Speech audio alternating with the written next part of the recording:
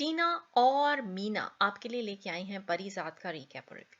जी फिर करते हैं क्विकली एपिसोड 20 का रीकैप। इसके साथ हम आपके लिए लाए हैं प्रिडिक्शन व्हाट इज दिस और तबसरा भी करने वाले हैं माजिद के ऊपर। So please keep on watching till the end. और अगर आपने हमें अभी तक सब्सक्राइब नहीं किया तो प्लीज़ डू सब्सक्राइब अस। पिछले एपिसोड में हमने देखा था कि लुबना ने बता बता दिया परी को कल्लू उस्ताद के गराज का, और फिर परी से कहाँ रुका जाना था वो सीधा पहुंच गया उनके गराज। और यहाँ पे हमें एक चीज़ बहुत अच्छी लगी, आप यहाँ नोट कर लें कि परी के जो उस्ताद हैं कल्लू साहब वो पसीने में लथपथ हैं, लेकिन जैसे ही परी ने उनको देखा वो उनके गले लग गया। इससे ये शो होता है कि परी अभी तक चेंज नहीं हुआ, उसने उसी कप में चाय पी जिसमें कल्लू उस्ताद साहब पी रहे थे। तो यहाँ से पता चलता है कि परी जो है वो कितना ग्राउंडेड है। और फिर परी ने कहा कि अब वो कल्लू उस्ताद की भी मदद करेगा। कमाली का डायलॉग हमने ज़रूर यहाँ पे मिस किया कि मैं मुखल हो जाऊं, अब हमें लगता है उसकी आदत सी हो गई है। और परी ने उनको शर्त भी बताई कि कमाने की शर्त क्या है। जी बहुत अच्छा लगा परी के ये ख्यालात सुन के। फिर जनाब पहुंचे जनाब माजिद साहब दफ्तर में, और उनको पता चल गया परी अब वे बियॉन्ड हिज लीग है। और उन्होंने अपनी साली कंवल को आगे कर दिया जॉब के लिए। कंवल राजी भी होगी जॉब करने के लिए। फिर कहानी में हमने थोड़ा सा नया ट्विस्ट देखा कि जो डॉन है शहबाज साहब, वो दीगर डॉन के साथ परी के पास आ जाते हैं और वो उन्हें धमकाते हैं।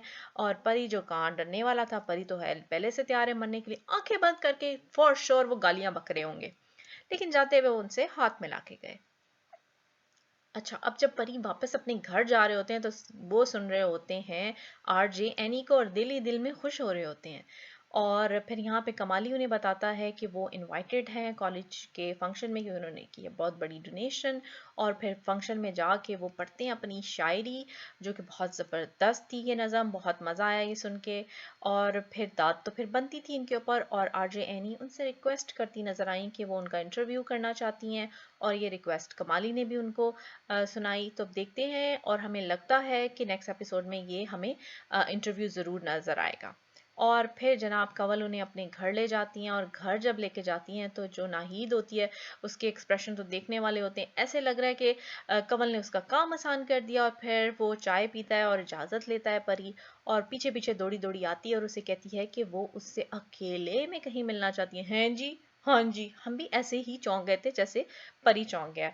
और परी अब थोड़ा गुस्से में भी है, और उसे बहरोज साहब के डायलॉग्स भी सुनाई दे रहे हैं कि दुनिया जो है वो तुम्हारे आगे झुकेगी और तुम्हें झुकाना आना चाहिए। अब देखते हैं परी दुनिया को कैसे झुकाता है। जी मीना।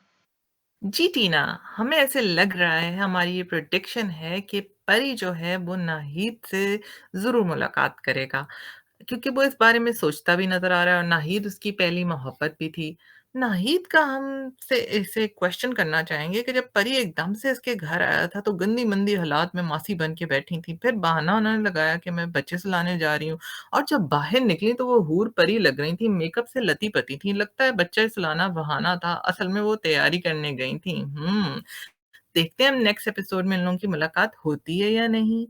जी, अब तबसरा और माजिद कर लेते हैं। माजिद के बारे में हमें ये तो मालूम था कि वो एक मफ़ाद परस्त इंसान है। जब उसने अपने और नाहीद के अफ़ेयर के दौरान में परी पे उस लेटर का इल्ज़ाम लगने दिया था। लेकिन अब हमें उसका चेहरा बेनकाब और हुआ है, और हमें उसके और चेहरे नज़र आए हैं जिसमें वो एक हासिद है, लालची इंसान है और निकट्ठू भी साबित हो गया है।